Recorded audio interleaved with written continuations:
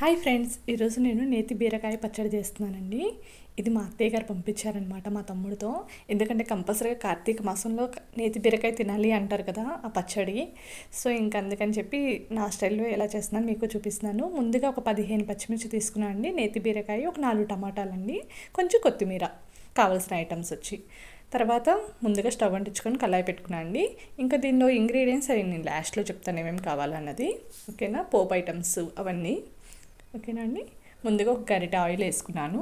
పచ్చిమిర్చి కడుక్కొని ఘాటు పెట్టుకొని వేసుకున్నాను అండి. దోరగా వేపుకుంటున్నాను మీకు చూపిస్తున్న విధంగా. ఘాటు పెట్టుకోకపోతే తుల్లిపోతాయండి మనకి.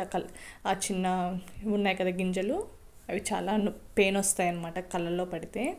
సో అందుకని చెప్పి ముందుగా కట్ చేసుకొని వేసుకోవాలండి మధ్యలోకి. చూపిస్తున్న విధంగా నేతి బీరకాయ చాలా బాగా కుదిరిందండి, చాలా టేస్టీగా ఉంది. వేడివేడి అన్నంలో ఒక చుక్క నెయ్యి వేసుకొని నేతి బీరకాయ పచ్చడి కలుపుకొని తింటే అది సూపర్ ఉంటుందండి కాంబినేషన్. ఈవెన్ ముద్దపప్పుతో ఇలా ఈ పచ్చడి కలుపుకున్న సూపర్ ఉంటుందన్నమాట.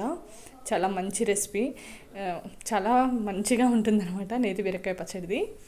ఎందుకంటే ఆ టేస్టే వేరనమాట. ఎందుకంటే ఈ సీజన్లోనే ఎక్కువ వస్తాయి కాబట్టి నేతి బీరకాయలు చాలా బాగుంటుందన్నమాట. ఈవెన్ ఎక్కడైనా ఈజీగా గ్రోత్ అయిపోతాయి మనకి ఆంధ్ర సైడ్ అయితే నేతి బీరకాయలు. ఎందుకంటే చిన్న విత్తనం వేస్తే చాలు. ఇప్పుడు చాలా చోట్ల పండిస్తున్నారులేండి. ఈసారి నేను కూడా పక్కన పెట్టుకున్నాను, నాటి చూడాలి ఇంకా నాకు వస్తుందో లేదో. ఇంకా పచ్చిమిర్చి వేగిన తర్వాత పక్కన పెట్టేసి ఇంకా 4 టమాటాలు కడిగి చక్కగా కూడా కట్ చేసుకొని కళాయిలో వేసేసుకున్నాను అండి. నేను ఇంకా మళ్ళీ ఆయిల్ యాడ్ చేయలేదండి, అదే ఆయిల్లో నేను కంటిన్యూ చేస్తున్నాను. ఇంకా బీరకాయని కూడా పీల్ చేసి పక్కన పెట్టుకున్నానండి. ఇదిగోండి ఇలా చక్కగా పీల్ చేసుకున్నాను. యాక్చువల్గా ఇది 2 days జర్నీ చేసి వచ్చింది కాబట్టి కొంచెం ఇది అయిపోయింది అనమాట, కొంచెం వళ్ళిపోయినట్టు. లేదంటే ఇంకా ఫ్రెష్గా ఉంటే ఇంకా చాలా బాగుండేది. పచ్చడి అయితే సూపర్ ఉందండి, కాయ చూడడానికి మాత్రం అలా ఉందంతే. టేస్ట్ మాత్రం సూపర్ బాగా కుదిరింది. ఇంకా కొంచెం సాల్ట్ యాడ్ చేసుకుంటున్నాను ఎందుకంటే తొందరగా మగ్గిపోవాలని చెప్పి. ఇదిగోండి ఇలా కట్ చేసి వేసేసుకున్నాను. ఇంకొంచెం కొత్తిమీర కూడా యాడ్ చేసుకుంటున్నాను అనమాట.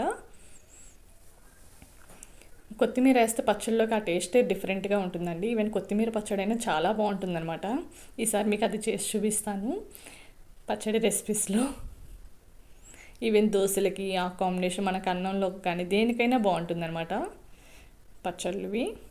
ఇదిగోండి ఇంకా నేను లిడ్ పెట్టుకొని కొంచెంసేపు అలా మగ్గనిచ్చాను అనమాట.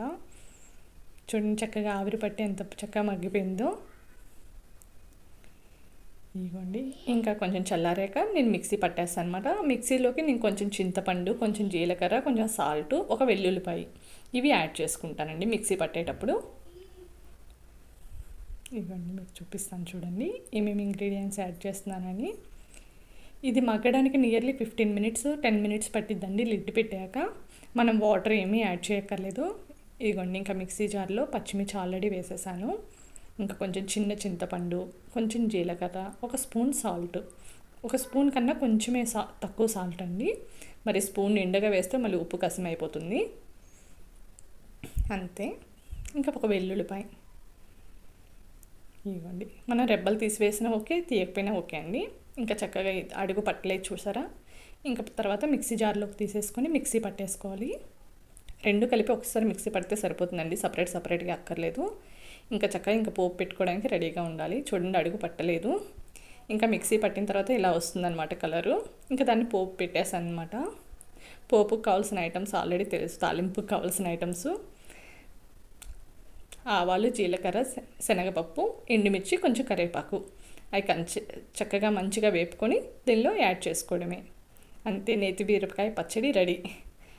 ఓకేనా. నా రెసిపీ నచ్చితే లైక్ చేయండి, షేర్ చేయండి, కొంచెం సబ్స్క్రైబ్ చేసుకోండి. Thank you for watching.